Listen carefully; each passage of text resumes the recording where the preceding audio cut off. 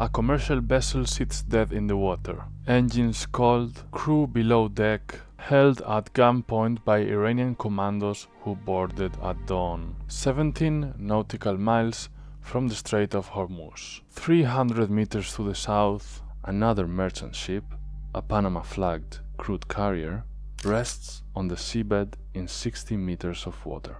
Its superstructure, barely visible above the surface, sent there by what Tehran claims was enforcement action against sanctions violations. The world's most critical oil choke point, the passage through which 21% of global petroleum consumption flows, is now operating under what Iran calls the Persian Gulf Strait Authority, a newly established regulatory body that demands transit fees, crew manifests, and formal recognition of Iranian sovereignty over waters the United States has considered international for 70 years. This is not a hypothetical escalation scenario. This is operational reality as of the 15th of May 2026. This is the Strait of Hormuz brinkmanship crisis, a high-stakes game of maritime coercion that has transformed the 21-mile-wide passage from a neutral shipping lane into a weaponized choke point where every transit decision carries potential for kinetic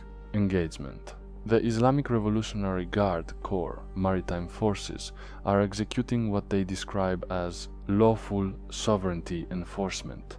The United States Navy is running Operation Project Freedom, a counter-blockade designed to extract stranded commercial vessels while simultaneously denying Iranian ports access to international shipping. Between these two opposing force postures sits the global energy market, the Chinese economy's petroleum lifeline, and the structural integrity of a ceasefire framework so fragile that a single miscalculated boarding operation could collapse it entirely. What happens in the next 72 hours will not be determined in the strait itself. It will be decided in Beijing, where President Donald Trump arrived yesterday for a state visit explicitly designed to pressure Chinese President Xi Jinping into choosing between Iranian energy imports and continued economic engagement with the United States. The tactical sequence that brought us to this moment began not with the vessel seizures, but 3 weeks earlier, on May 8th, when the Trump administration deployed what Secretary of State Marco Rubio called the most comprehensive sanctions architecture ever imposed on Iran's external procurement network. 11 entities across 4 countries, 3 individuals with direct ties to IRGC procurement operations in China, Belarus, and the United Arab Emirates.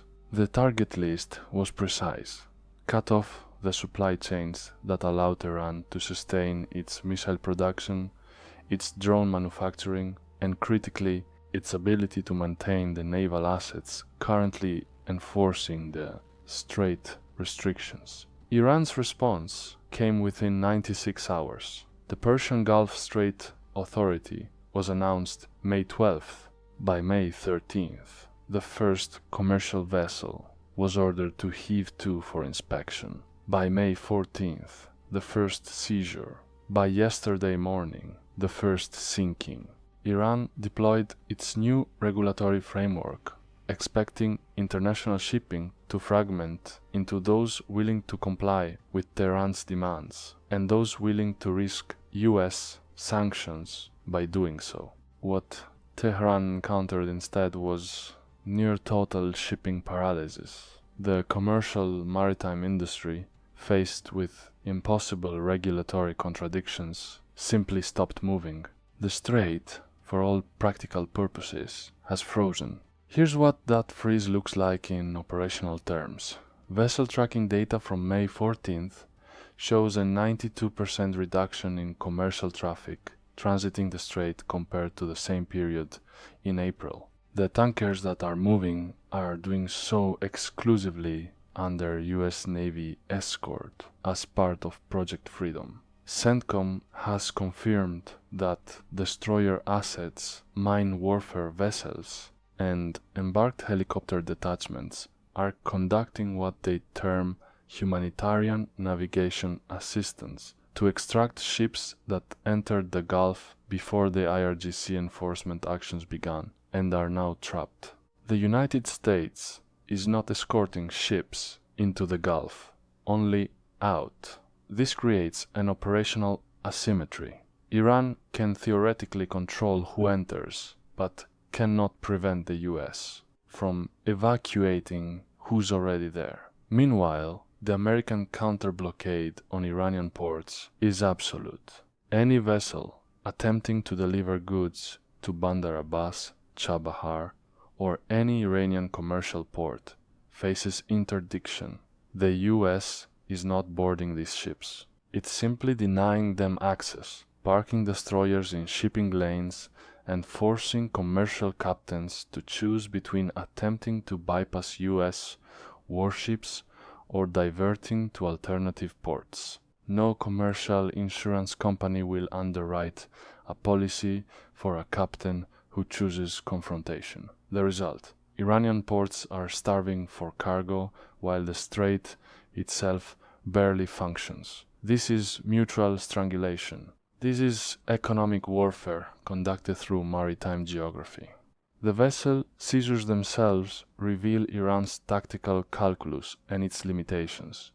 The ship taken May 14th was not a US-flagged vessel, not even a Western one. It was a Liberian-registered bulk carrier with no direct American commercial interest, carrying agricultural products from India. The IRGC selected it specifically because interdicting it would create minimal risk of direct US military response, while demonstrating capability to enforce the new transit rules. The crew was not harmed. The boarding was conducted with what maritime lawyers would call procedural correctness under Iranian domestic law, complete with documentation and formal notifications. This was not piracy. It was coercive regulation, a demonstration that Iran possesses both the will and the capability to control traffic through its claimed territorial waters.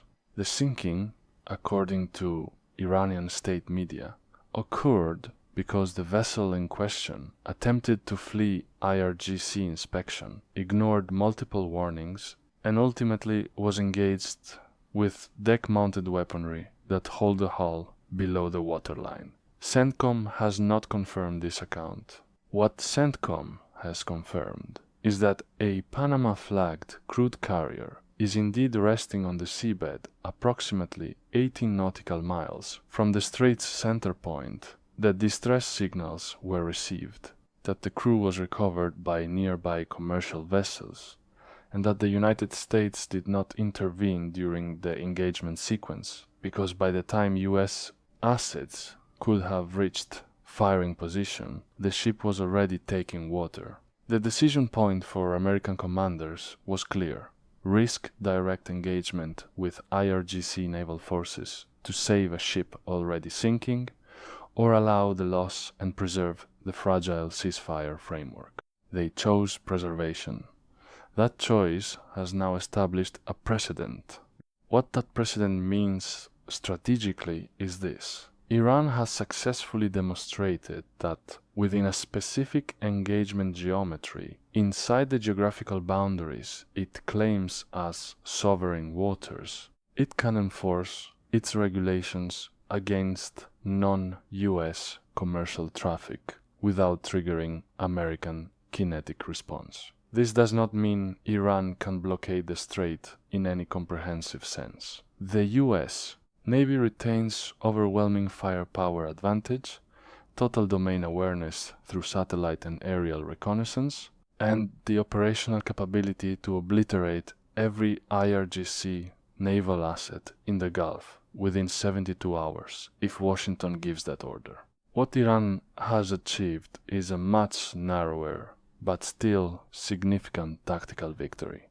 It has created a zone of ambiguity where commercial shipping cannot operate safely without choosing sides. Every ship captain approaching the strait now faces an impossible decision matrix: comply with Iranian regulations and risk US sanctions, ignore Iranian regulations and risk seizure or worse, request US escort and wait days or weeks for availability while burning fuel and charter fees, or avoid the strait entirely, divert around Africa, and accept the 14-day journey extension and associated costs. Most are choosing the fourth option. The result is exactly what Iran intended: a de facto reduction in global oil supply from Gulf producers, upward pressure on energy prices, and economic pain for Iran's adversaries that doesn't require firing a single additional shot. Let's talk numbers, because the cost calculus here reveals everything about strategic sustainability. The IRGC naval forces conducting these enforcement operations are not operating capital-intensive blue water warships. They're using fast attack craft, rigid hull inflatables, and converted commercial vessels armed with deck guns and anti-ship missiles. The entire operational cost of maintaining the Persian Gulf Strait Authority's enforcement presence is likely under $5 million per week, factoring fuel, ammunition, personnel rotation, and maintenance. Compare that to the US counter-blockade. Each Arleigh-Burke-class destroyer costs approximately $700,000 per day to operate when deployed on station. CENTCOM currently has multiple destroyers committed to Project Freedom escort operations, plus mine warfare vessels, plus the aerial reconnaissance packages, plus the tanker support for sustained air operations, plus the logistics tail, keeping all of this supplied from bases in Bahrain, Qatar, and Diego Garcia. The United States is spending conservatively $15 to $20 million per week to maintain operational presence sufficient to counter Iran's $5 million enforcement regime. This is asymmetric warfare conducted through cost imposition. Iran cannot win a naval battle. It doesn't need to. It just needs to force the US to spend resources at an unsustainable rate while the American public watches fuel prices climb and questions why the Navy is escorting foreign-flagged ships through a waterway most Americans couldn't locate on a map. But the real cost isn't measured in naval operations budgets. It's measured in crude oil futures, shipping insurance rates, and Chinese economic anxiety. Brent crude jumped 9% within 48 hours of the first vessel seizure. Shipping insurance for Gulf routes, for the few companies still offering policies, has increased by 300 to 500% depending on vessel type and cargo. Global energy markets are pricing in sustained strait instability, which means every consumer economy is now paying an Iran crisis premium at the pump, in electricity bills, in manufacturing costs. This is the strategic leverage Tehran is exploiting. It cannot defeat the US military. It can impose economic costs on the global system that create political pressure on Washington to negotiate. And here's where the calculus gets complicated. Those economic costs hit different economies differently. The United States, a net energy exporter since 2019, experiences price increases as an inflation problem, politically painful but not structurally threatening. Europe, more dependent on Gulf oil, faces steeper costs but has alternative suppliers and strategic reserves.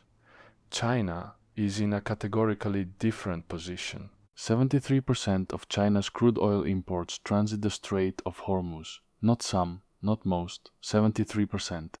Iran is China's third largest oil supplier, delivering approximately 1 million barrels per day under agreements that explicitly violate US sanctions, but which Beijing has maintained because Chinese economic growth requires that energy regardless of American preferences. The current crisis puts China in an impossible position. If the strait remains semi-functional but restricted, Chinese importers pay vastly inflated shipping costs and insurance premiums. If the strait becomes genuinely non-operational, China faces immediate energy supply shortfalls that would crater industrial production. And if China attempts to sustain Iranian imports by challenging the US counter-blockade, it risks direct confrontation with the US Navy in waters 8,000 kilometers from Chinese naval bases, but less than 300 kilometers from American assets in Bahrain. Beijing cannot win that engagement. Xi Jinping knows this. Donald Trump knows she knows this, which is why the president boarded Air Force One for Beijing yesterday, carrying what sources close to the administration describe as a binary proposition.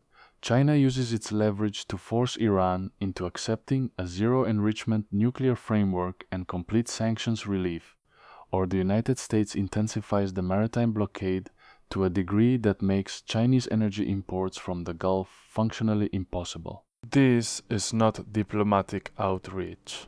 This is coercive bargaining backed by naval geography. The Trump administration has structured the Strait crisis to place maximum decision pressure on Beijing, precisely because China is the one actor with both sufficient leverage over Tehran and sufficient vulnerability to US maritime power to make capitulation rational. Iran will not negotiate zero enrichment with Washington directly. Decades of Iranian strategic culture make that outcome impossible without a face-saving framework that allows Tehran to claim victory. But Iran might negotiate zero enrichment if China, its primary economic patron, makes continued support conditional on that outcome. Vice President J.D. Vance confirmed May 15th that Trump rejected Iran's latest proposal as unacceptable, which diplomatic sources indicate was an offer to cap enrichment at 20% in exchange for partial sanctions relief. 20% is still weapons threshold material. The US position remains total zero enrichment, complete dismantlement of advanced centrifuge cascades, and intrusive verification in exchange for complete sanctions removal. That gap is enormous. Bridging it requires an intermediary with leverage over both sides. China is the only candidate. The question is whether Xi Jinping is willing to burn political capital with Tehran to stabilize the strait and preserve Chinese energy security. Here's what we know about the diplomatic track as of this morning. Back-channel negotiations mediated by Pakistan have been ongoing since the initial ceasefire framework was established. Those talks remain highly contentious, according to US officials, over the fundamental structure of any long-term agreement. Iran's position, articulated by Deputy Foreign Minister Kazem Garibabadi, is that Tehran will not accept dictated limits on its nuclear program and views any zero enrichment demand as a violation of Iranian sovereignty under the Non-Proliferation Treaty, which permits civilian enrichment. The US position, articulated by Secretary Rubio, is that Iran's nuclear program has no credible civilian justification given the country's vast natural gas reserves for power generation, and that any enrichment capability inherently provides weapons breakout potential that Washington will not tolerate. These positions are not negotiable in their current form. They are definitional statements of national interest. The only way they converge is if one side faces costs so severe that maintaining the position becomes strategically irrational. The Trump administration is betting that the combination of port blockades, sanctions, enforcement, and Chinese pressure will create that cost threshold for Iran before American domestic political tolerance for high fuel prices creates a similar threshold for Washington. The operational indicators suggest we're approaching a decision point within the next 72 to 96 hours. CENTCOM has maintained what it calls a defensive force posture in the Gulf since the ceasefire began, but satellite imagery and flight tracking data indicate a steady buildup of air assets at Al Udeid Air Base in Qatar and Al Dhafra in the UAE. Tanker aircraft have been observed in unusually high numbers, typically an indicator that strike packages are being prepared for extended range operations, requiring multiple refueling cycles. The targets for such operations would almost certainly be the IRGC naval bases housing the fast attack craft conducting strait enforcement, the coastal missile batteries covering the waterways approaches, and potentially the command infrastructure supporting the Persian Gulf Strait Authority itself. The US has not publicized these preparations. Iran has absolutely noticed them. IRGC commanders reportedly told state media that their forces are at the highest level of readiness, which is less a military assessment than a political signal that Tehran is aware of the escalation risk and is prepared to respond if the US strikes. What that response would look like is the critical unknown. Iran cannot win a conventional engagement, but it can disperse anti-ship missiles, activate proxy forces across the region, and attempt to impose costs sufficient to make sustained US operations politically unsustainable. This brings us to the domestic political pressures shaping both sides' calculations. In the United States, fuel prices are the immediate political lever. The average price of regular gasoline has climbed 23 cents per gallon since May 8th, a direct result of Strait instability and the risk premium now baked into crude futures. That's painful for American consumers, but it's not catastrophic and historically US. Voters tolerate temporary price spikes if they're framed as the cost of national security operations against a clear adversary. The Trump administration has been explicit in that framing, with Rubio stating repeatedly that the blockade and sanctions are necessary to prevent a nuclear-armed Iran. As long as the operations remain non-kinetic and American casualties stay at zero, domestic polling suggests majority support for the pressure campaign.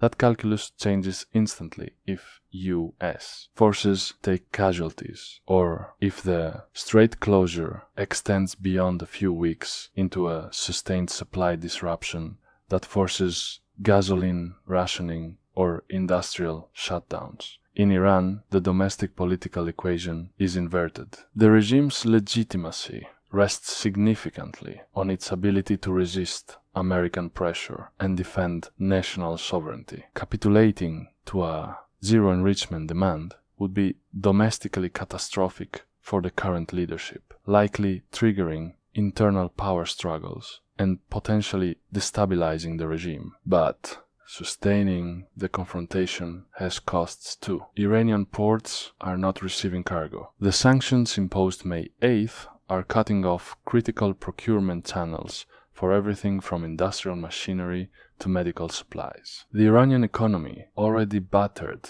by years of sanctions, is absorbing additional shocks daily. Foreign Minister Abbas Araghchi stated May 14th that Iran will always carry out its historical duty as the protector of the Strait of Hormuz, which is less a policy statement than a rhetorical commitment that boxes Tehran into continued enforcement operations, even if the strategic costs outweigh benefits. This is the language of leaders who cannot afford to be seen backing down. The question is whether China can provide a face-saving exit ramp that allows Iran to de-escalate without appearing to surrender. That's what Trump is attempting to construct in Beijing. The formula would likely look something like this. China brokers a multilateral framework where Iran, accepts enhanced inspections and enrichment caps in exchange for sanctions, relief, and formal recognition of Iranian civilian nuclear rights, packaged as a victory for diplomacy rather than capitulation to American threats. The details matter less than the optics. If she can sell it to Tehran as a Chinese-led initiative rather than submission to Washington, it might be politically viable. If it looks like Iran caving to US demands, it's dead on arrival. Now let's address the information environment, because the competing narratives here reveal as much as the operational facts. The Washington narrative frames the entire Strait crisis as Iranian aggression and US defensive response. State Department briefings emphasize that the United States is conducting lawful freedom of navigation operations and humanitarian assistance to stranded mariners, while Iran is illegally seizing commercial vessels and threatening global energy security. This narrative is designed for both domestic consumption and international legal positioning.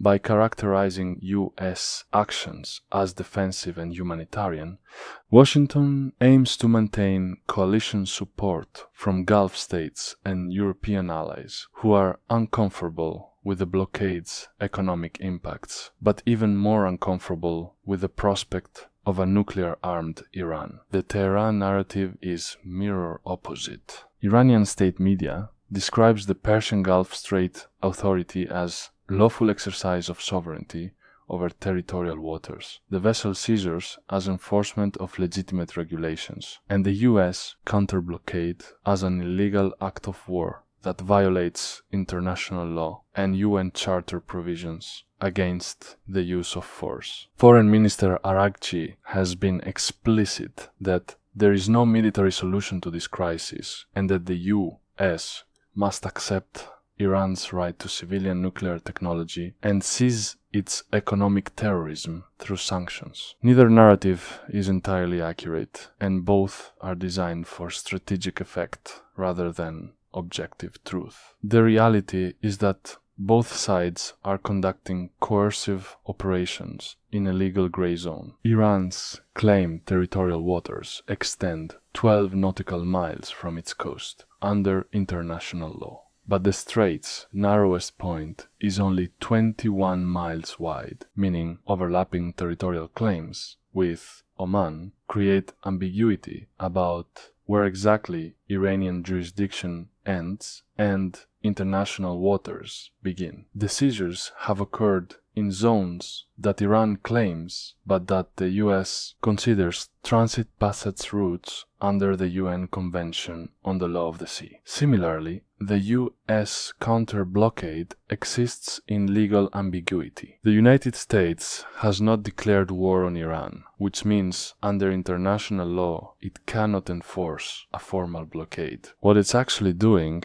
is conducting maritime interdiction operations justified under self-defense provisions related to Iran's nuclear program and regional proxy activities. This is coercion through naval presence, not legally declared blockade, which allows Washington to maintain the fiction that it's not engaged in an act of war. The ships being turned away from Iranian ports are not being boarded or seized. They're being advised that proceeding would violate US sanctions and that their owners would face legal consequences. Most ship owners decide that complying with US pressure is less costly than testing it. The evidence we can verify independently paints a picture between the two official narratives. Satellite and tracking data confirm that commercial traffic in the strait has plummeted and multiple vessels are stopped, though what caused the recent ship sinking cannot be verified. Similarly, US claims about escort operations match tracking data, but the characterization of these missions as purely humanitarian is undermined by a counter-blockade that severely impacts Iranian civilians. The truth is that both sides are conducting economic warfare through maritime coercion, both operate in legal gray zones, and both are willing to risk escalation for existential strategic objectives. Iran believes it cannot survive without a nuclear deterrent, while the United States refuses to tolerate a nuclear-capable Iran that would alter the Middle East balance of power and trigger a regional proliferation cascade. The immediate future depends heavily on the upcoming Trump-Xi summit. If China commits to pressuring Iran, we could see a gradual de-escalation, where shipping resumes under a tacit agreement and the US scales back its counter-blockade. However, if the summit fails because Beijing refuses to subordinate its interests to American demands, sustained instability will extend into June. In that pessimistic scenario, energy markets will price in a permanent risk premium. Global economic growth will take a hit and pressure will build on both Washington and Tehran to either force a resolution or find an alternative diplomatic pathway. Military indicators suggest both sides are preparing for combat operations while hoping to avoid them. The US air asset buildup is real, and the dispersal of Iranian anti-ship missiles to hardened sites is visible. What prevents immediate conflict is that both sides understand the immense costs. For the United States, striking Iranian naval assets would be operationally successful, but would shatter the ceasefire and trigger widespread regional proxy attacks on US bases and allies. For Iran, initiating action would invite overwhelming retaliation against its critical infrastructure and nuclear facilities. Neither side wants war, but both are willing to approach the brink to test the other's resolve. Iranian leadership currently faces three options: maintain current operations to sustain economic pressure on global markets, de-escalate unilaterally to reduce tension at the risk of appearing weak, or escalate directly by targeting American assets to prove they cannot be coerced. Evidence suggests Iran is maintaining its current pressure while actively preparing for the escalation pathway. Meanwhile, the Trump administration is facing an inverted calculus, choosing between sustaining current economic pressure, offering sanctions relief for nuclear concessions, or striking Iranian assets to reopen the strait.